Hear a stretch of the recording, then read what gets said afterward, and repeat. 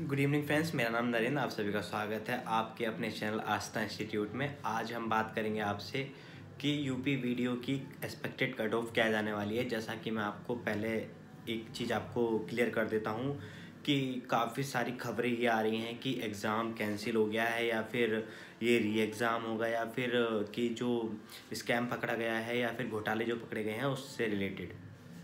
तो सबसे पहले मैं एग्ज़ाम के बारे में बात करूँगा। ये एग्ज़ाम आपका 22 और 23 दिसंबर को हुआ। 2 शिफ्टों में एग्ज़ाम हुआ ये, और दोनों ही शिफ्टों में देखा गया कि जो सॉल्वर थे, सॉल्वर का मतलब है कि एडमिट कार्ड किसी का, कोई एग्ज़ाम कोई और दे रहा है।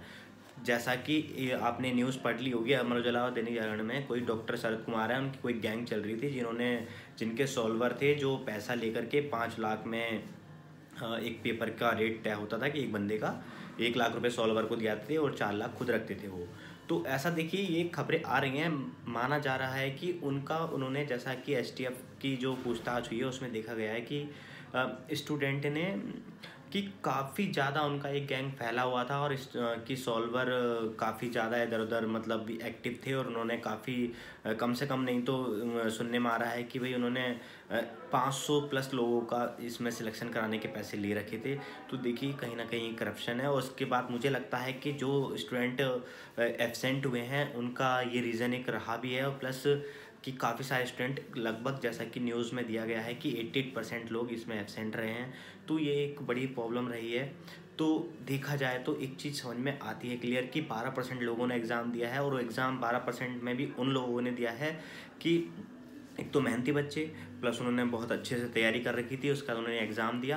प्लस जो स्टूडेंट वो थे इसमें कि जिन्होंने 4-5 लाख रुपए पैसे खर्च किए, उन्होंने सभी ने दिया है, क्योंकि उनका पहले से ही तय था कि जब भी एग्ज़ाम आएगा कि वो सॉल्वर बैठाएंगे। स्कूलों तक को खरीद लिया गया है। लखनऊ में बताया जा रहा है कि उस एग्ज़ाम में आपके जो स्कूल थे, प्रिंसिपल से लेकर के टीचर्स की ड्यूटी किसकी लगनी है, उस टीचर ने क्या किया है। जैसा कि न्यूज़पेपर में ये आप देख ही रहे होंगे, आजकल के जो न्यूज़पेपर हैं, दैनिक जागरण, अमर उजाला में दिखाई रहे हैं, बता रहे हैं कि व्हाट्सएप पर उन्होंने पेपर आया, व्हाट्सएप पर क्लिक किए, पिक व्हाट्सएप पर सेंड किए, फिर वहाँ से उन्होंने जो उनकी गैंग है उन्होंने वो सॉल्व करके भेजे। फिर जो टीचर था उसने बताया कि भाई इसका ये लगा, इसका ये लगा। तो इस तरीके से धांधलेबाजी पकड़ी गई है। ये 5 जगह पकड़ी गई है, लखनऊ में, इलाहाबाद में पकड़ी गई है, फिर कानपुर में पकड़ी गई है। तो कहीं ना कहीं मेरे हिसाब से तो देखिए, जिनका पेपर अच्छा हुआ है उनके लिए तो थोड़ा सा प्रॉब्लम है, बट ये पेपर सही तरीके से, फेयर तरीके से होना चाहिए। भले ये 2000 वैकेंसी है, बट 2000 कैंडिडेट बिल्कुल जेन्युइन जाने चाहिए। तो उनके अकॉर्डिंग मैं बात करूं तो देखिए, जिनके जो सॉल्वर हैं उनके अकॉर्डिंग उनके जो 300 मार्क्स हैं, 300 मार्क्स में से कम वो तो आप मान के चलिए 240-250 मार्क्स का करके ही आएंगे, ठीक है। पर जो एक बच्चा एवरेज है, जैसा कि आपको पता होगा कि इसमें आपकी हिंदी, रीजनिंग और आपका जीके आया था 100 मार्क्स का।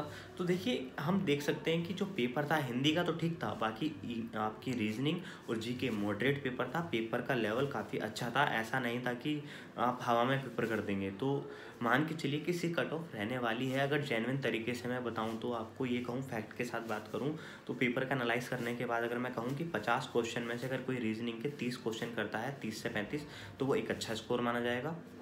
फिर अगर मैं बात करूं आपसे जीके की, तो जीके में अगर कोई स्टूडेंट 25 से 30 क्वेश्चन करता है तो बहुत ही अच्छे मार्क्स हैं। बाकी हिंदी में 30 से 35 मार्क्स, उस 30 से 35 क्वेश्चन कि वो आपके फेयर तरीके से सही माने जाएंगे। तो इस तरीके से अगर मैं बात करूं तो हिंदी में करीब 70 से 80 मार्क्स। ऐसे ही मैं रीजनिंग की बात करूं तो वो करीब आपके 60 से 70 करीब के मार्क्स। तो मैं 80 और 70 की बात करूं तो 150, और प्लस आपकी मैं बात करूं आपकी हिंदी के मैंने बताया, सॉरी, हिंदी के बताया 30 से 35 क्वेश्चन करते हो तो आपके 70 मार्क्स मान के चलो हिंदी में, अगर आपने अच्छे से एफर्ट लगाया और किए हैं तो 70 मार्क्स आपके हिंदी के। प्लस रीजनिंग के मार्क्स में बात करूँ, आपके 30 क्वेश्चन सही हैं तो 30 के 60, यानी 70 और 60 हो गए आपके 130 क्वेश्चन, 130 मार्क्स।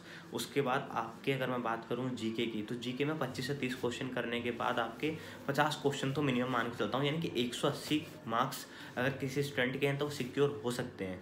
बट देखिए, अगर पेपर ये जो, जैसा कि शरद कुमार ने बताया कि उनका नेटवर्क फैला हुआ है, एसटीएफ ने जैसा कि पूछताछ में पता किया और जाना कि ये जो मार्क्स हैं, जो भी जो शरद कुमार है उन्होंने ये बताया कि भाई जो स्टूडेंट थे और जो काफ़ी सारे उनका गैंग था काफ़ी बड़ा है, जो कि काफ़ी पूरी यूपी में फैला हुआ है। तो उसके अकॉर्डिंग देखा जाए तो ये कट ऑफ बढ़ सकती है, 220 230 प्लस तक जा सकती है। बट अगर जेन्युइन तरीके से बात करूँ तो मैं 180 प्लस अगर किसी स्टूडेंट के मार्क्स हैं तो वो सिक्योर मार्क्स हैं।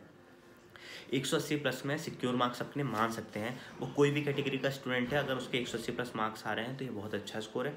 अदरवाइज़ देखिए न्यूज़ में और आपकी जैसा कि खुलासे हो रहे हैं, आयोग बता रहा है कि भाई पेपर लीक नहीं हुआ है, पर पेपर व्हाट्सएप पे तो दिखा गया है ना कि आपका 10वीं से एग्ज़ाम है, आपका 9:30 बजे पेपर घूम रहा है। इसका क्या मतलब है कि सॉल्वर के पास पहले पेपर कैसे पहुंच गया, कि सॉल्व करके जो स्टूडेंट उनके पहले से ही जो जिन्होंने पैसा दिया उनका सिलेक्शन तो होना है ना। तो एक चीज़ वही एक गंभीर समस्या है, तो उसको देख करके एक चीज़ समझ में आ रही है कि ऐसा नहीं होना चाहिए।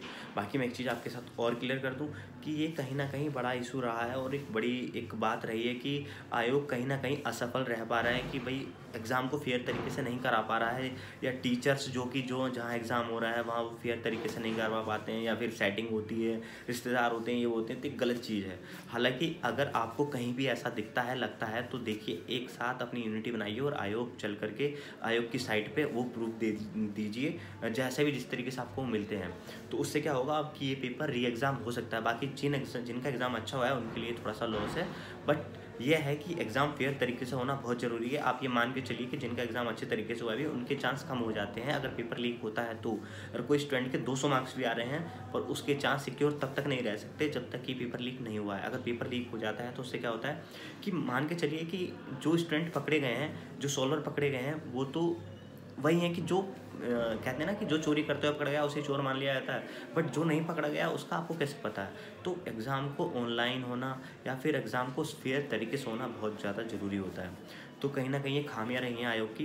बाकी जिसको पता है, जिसको लगता है कि ये हुआ है, तो बाकी वो इसके खिलाफ अपना वॉइस को रेस करें, आवाज़ उठाएं, और उसके बाद इस चीज़ को थोड़ा सा अपने दोस्तों के साथ कंसल्ट करके बात करके देखें कि हाँ ऐसा हुआ है तो पेपर कैंसिल होना चाहिए। बाकी अगर री एग्ज़ाम नहीं होता है तो देखिए कि इस पेपर की कट ऑफ ज़्यादा जाने वाली 180 तो मिनिमम रहेगी किसी भी कैटेगरी के लिए। बाकी मैं बताऊं आपको तो सही मायने में मान के चलिए कि 180 प्लस आपके मार्क्स हैं तो आप एक बार को अपने आप को सिक्योर मान सकते हैं, अदरवाइज सिक्योर नहीं हो सकते हैं। बाकी कुछ स्टूडेंट को मेरी बातों से शायद थोड़ा बुरा लगे, बट यही रहने वाला है ओवरऑल। बस वीडियो में इतना ही। अगर वीडियो अच्छी लगी है तो चैनल को सब्सक्राइब कर लें, आपका अपना चैनल। बाकी आपको जेन्युइन तरीके से न्यूज़ पहुँचाने का पूरा काम हमारा करने का एक काम है कि बस आपको फेयर तरीके से बताएं सब कुछ। बस वीडियो में इतना ही। और वीडियो अच्छी लगी है तो लाइक करें, शेयर करें और कमेंट करें, और चैनल जो नए हैं वो चैनल को सब्सक्राइब कर लें। आपके लिए ऐसी इन्फॉर्मेटिव वीडियोस मैं लाता रहता हूँ। बस थैंक यू सो मच। आपका वीडियो में बस इतना ही था, बाकी का अगर कुछ होगा तो मैं आगे आपके लिए बताता रहूँगा। ठीक है, thank you so much, bye.